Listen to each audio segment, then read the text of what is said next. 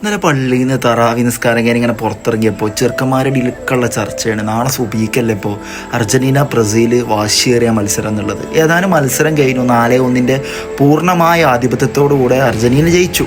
പക്ഷേ ഈ മാച്ചിൽ ഏറ്റവും മനോഹരമായ ഒരു മൊമെൻ്റ് ഉണ്ടായിരുന്നു.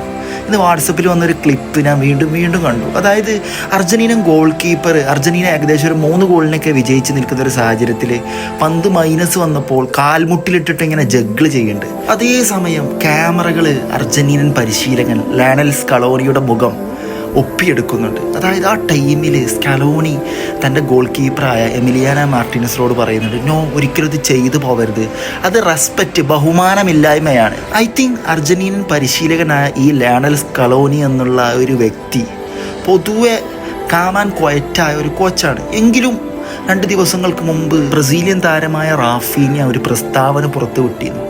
ഞങ്ങൾ അവരെ നാട്ടിൽ പോയി അവരെ തോൽപ്പിക്കുകയും എന്തിനധികം ഞാനൊരു ഗോൾ അടിക്കുക തന്നെ ചെയ്യും. ഇത്രയും വീമ്പളക്കി ഗൗരവത്തിൽ വന്ന മുഖ്യ എതിരാളികൾക്കെതിരെ ആ ഒരു ആധിപത്യം പുലർത്തുന്ന സമയത്തും തൻ്റെ സ്വന്തം ടീമിലെ ഗോൾ കീപ്പറിനോട് അത്തരത്തിൽ ആ പരിശീലകൻ പറഞ്ഞിട്ടുണ്ടെങ്കിൽ 4-1 എന്നുള്ള വിജയത്തിനേക്കാളും മനോഹരമായ വിജയം ആ ഒറ്റ വാക്കിലായിരുന്നു. നമ്മുടെ ജീവിതത്തിലും ഇത്തരത്തിൽ ഒരുപാട് എതിരാളികളുണ്ടാവും.